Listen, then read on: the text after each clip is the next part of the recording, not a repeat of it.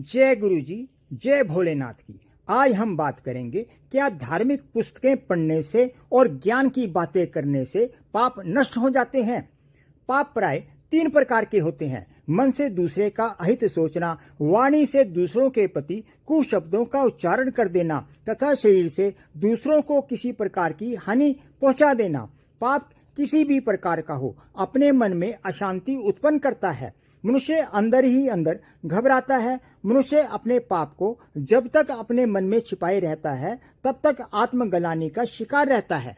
अगर आप हमारे चैनल पर नए हैं तो चैनल को सब्सक्राइब कर लीजिए ताकि आपको नई नई जानकारी मिलती रहे।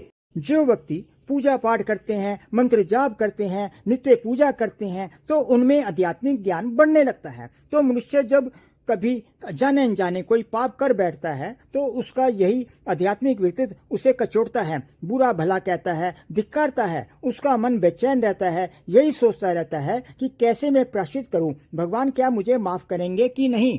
पाप क्या है, पुण्य किसे कह सकते हैं। सामान्यतः यह कहा जा सकता है कि जिन कर्मों से मनुष्य नीचे गिरता है, उसकी बुद्धि भ्रष्ट हो जाती है, उसे पाप कहते हैं। जब आप कोई पाप कर बैठते हैं, कोई गलत काम कर बैठते हैं तो आपकी अंतरात्मा आपको ज्यादातर पहले ही सचेत कर देती है कि ये काम गलत है, पाप है। फिर भी किसी स्वार्थवश या मोहवश आप वो काम कर बैठते हैं।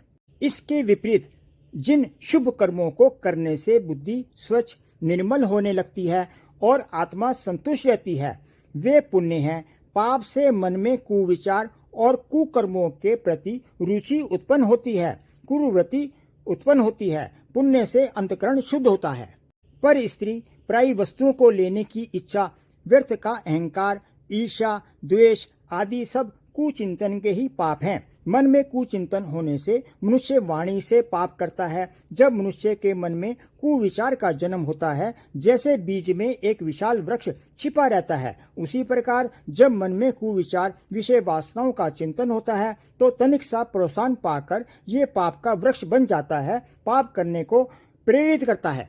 तो अब प्रश्न है कि पाप से कैसे बचें। हमारे जाने अनजाने किए पाप नष्ट कैसे होंगे। पाप का जन्म मनुष्य के मन में होता है, इसीलिए सबसे पहले अपने मन का सुधार करना ही पाप की जड़ काटना है। मन की स्वच्छता ही पाप से बचाव का कार्य करती है। जब हम धार्मिक पुस्तकें पढ़ते हैं, धार्मिक ज्ञान अर्जित करते हैं तो हमारा आगे का रास्ता खुल जाता है जो पाप होने से बचाता है। मन में भी सद्विचार उठेंगे। जब आप धार्मिक पुस्तकें पढ़ेंगे, भगवान की लीलाओं का, उनके कहे ज्ञान का ध्यान करोगे तो आपका मन भी भगवान की भक्ति, उनके प्रेम में जुड़ने लगेगा। जैसे आप मंत्र जाप करते हैं तो इसी प्रकार धार्मिक ग्रंथों का एक एक शब्द महामंत्र है। आपके पाप भस्म होते चले जाएंगे। आपका मन प्रभु की लीलाओं का चिंतन करने में लग जाएगा।